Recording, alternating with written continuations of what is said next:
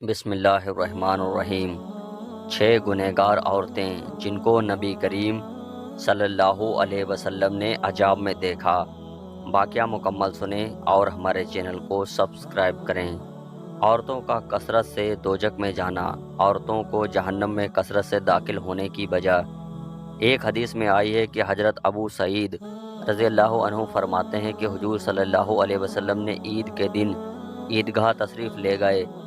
جب عورتوں کے مجمع پر گزر ہوا تو حضور صلی اللہ علیہ وسلم نے عورتوں سے خطاب فرما کر ارشاد فرمایا کہ تم صدقہ بہت کثرت سے کیا کرو، میں نے عورتوں کو بہت کثرت سے جہنم میں دیکھا ہے۔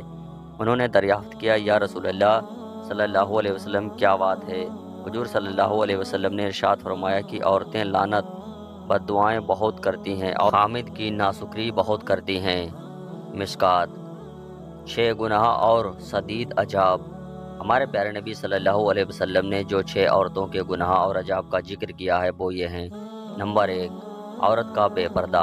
پہلی عورت کے بارے میں آپ صلی اللہ علیہ وسلم نے فرمایا کہ میں نے ایک عورت کو دیکھا ہے، وہ اپنے بالوں کے ذریعے جہنم کے اندر لٹکی ہوئی ہے، اس کا دماغ ہنڈیا کی طرح پک رہا ہے۔ نبی کریم صلی اللہ علیہ وسلم نے ارشاد فرمایا، جس عورت کو میں نے سر کے بالوں کے ذریعے جہنم میں لٹکا دیکھا اور جس کا دماغ ہنڈیا کی طرح پک رہا تھا، اس کو یہ عذاب گھر سے باہر ننگے سر جانے کی وجہ سے ہو رہا تھا، اور وہ عورت نامحرم مردوں سے اپنے سر کے بال نہیں چھپاتی تھی۔ آج کل عورتوں کا بے پردہ باہر نکلنا عام ہے، اس کو گناہ سمجھتی ہی نہیں، حالانکہ شریعت نے اس کے چہرے اور دونوں ہاتھوں کی ہتھیلیاں اور دونوں پیروں کے سوا مکمل سطر چھپانے کا حکم دیا ہے۔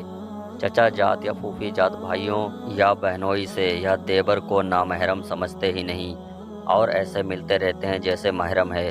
اللہ اس سے ساری خواتین کی حفاظت فرمائے، آمین۔ نمبر 2، زبان درازی، زبان کی تیز۔ دوسری عورت کو اللہ کے رسول صلی اللہ علیہ وسلم نے دیکھا کہ وہ زبان کے بل جہنم کے اندر لٹکی ہوئی ہے۔ آپ صلی اللہ علیہ وسلم نے فرمایا، یہ وہ عورتیں ہیں جو زبان درازی سے اپنے شوہر کو تکلیف پہنچایا کرتی تھیں۔ بعض عورتیں چھوٹی چھوٹی باتوں پر اپنی زبان سے شوہر کو تکلیف پہنچاتی ہیں۔ روایتوں میں ہے کہ جس عورت کا شوہر اس سے راضی نہیں ہوا تو وہ گنہگار ہوگی۔ بات بات پہ لڑنا اور شوہر سے بدتمیزی کرنا جیسے اس کی عادت ہو۔ بعض شوہر بھی اپنی بیوی کو زبان سے بھلا برا کہتے ہیں، جو ہرگز جائز نہیں، لیکن کبھی کا ذکر خواتین کے لیے بارے میں ہے، لہٰذا خواتین اس سے پرہیز کریں اور اپنے شوہر کے ساتھ حسن سلوک کریں۔ نمبر 3، ناجائز تعلقات۔ تیسری عورت کو حضور صلی اللہ علیہ وسلم نے دیکھا کہ وہ اپنی چھاتی کے بل جہنم میں لٹکی ہوئی ہے۔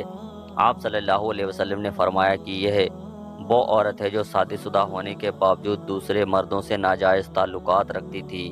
آپ صلی اللہ علیہ وسلم کا ارشاد ہے، حیا ایمان کی ایک شاخہ ہے۔ ناجائز رشتے کی شروعات بے حیائی سے ہوتی ہے۔ ایک حیا والی خاتون، اس کے اندر حیا اور اللہ کا ڈر ہو تو وہ کبھی ایسا گھناؤنا کام نہیں کرے گی۔ بے پردگی اور ٹیلی ویژن بھی اس کی اہم وجہ ہے۔ نمبر 4، پاکی کا خیال نہ رکھنے والی۔ چوتھی عورت جس کو حضور صلی اللہ علیہ وسلم نے اس حالات میں دیکھا کہ اس کے دونوں پیر سینے سے بندھے ہوئے ہیں، دونوں ہاتھ سر سے بندھے ہوئے ہیں۔ آپ صلی اللہ علیہ وسلم نے ارشاد فرمایا، یہ وہ عورت ہے جو دنیا میں جنابت اور حیض سے پاک صاف رہنے کا اہتمام نہیں کرتی تھی اور نماز کے ساتھ بڑی لاپرواہی کا معاملہ کرتی تھی۔ پاکی آدھا ایمان ہے، اسی لیے مرد ہو یا عورت پاکی کا خاص خیال رکھنا چاہیے۔ عورتوں کو حیض یا نفاس وغیرہ سے فارغ ہوں تو پاک ہونے میں جلدی کرنی چاہیے، تاخیر کرنے میں گناہ ہے کیونکہ نماز قضا ہونے کا خطرہ ہے۔ نمبر 5، چغلی اور غیبت کرنے والی عورت۔ پانچویں عورت کے بارے میں رسول اللہ صلی اللہ علیہ وسلم نے ارشاد فرمایا کہ میں نے دیکھا ہے، ان کا چہرہ خنجیر کی طرح ہے اور باقی جسم گدھے کی طرح اور سانپ بچھو اس سے لپٹے ہوئے ہیں۔ پھر آپ صلی اللہ علیہ وسلم نے فرمایا کہ وہ عورت ہے جو جھوٹ بولنے اور چغلی خانے کی وجہ سے عذاب ہو رہا ہے۔ جھوٹ اور چغلی اکثر خواتین میں زیادہ پائی جاتی ہے کیونکہ جہاں دو عورت بیٹھ جائیں ادھر ادھر کی چغلیاں شروع ہو جاتی ہیں۔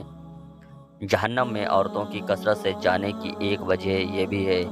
نمبر 6، احسان جتلانے والی عورت۔ چھٹی عورت کو جس کو اللہ کے رسول صلی اللہ علیہ وسلم نے اس حالت میں دیکھا کہ وہ کتے کی شکل میں ہے اور اس کے منہ سے آگ داخل ہو رہی ہے اور پاخانے کے راستے میں آگ باہر نکل رہی ہے اور فرشتے جہنم کے گرج سے اس کو مار رہے ہیں۔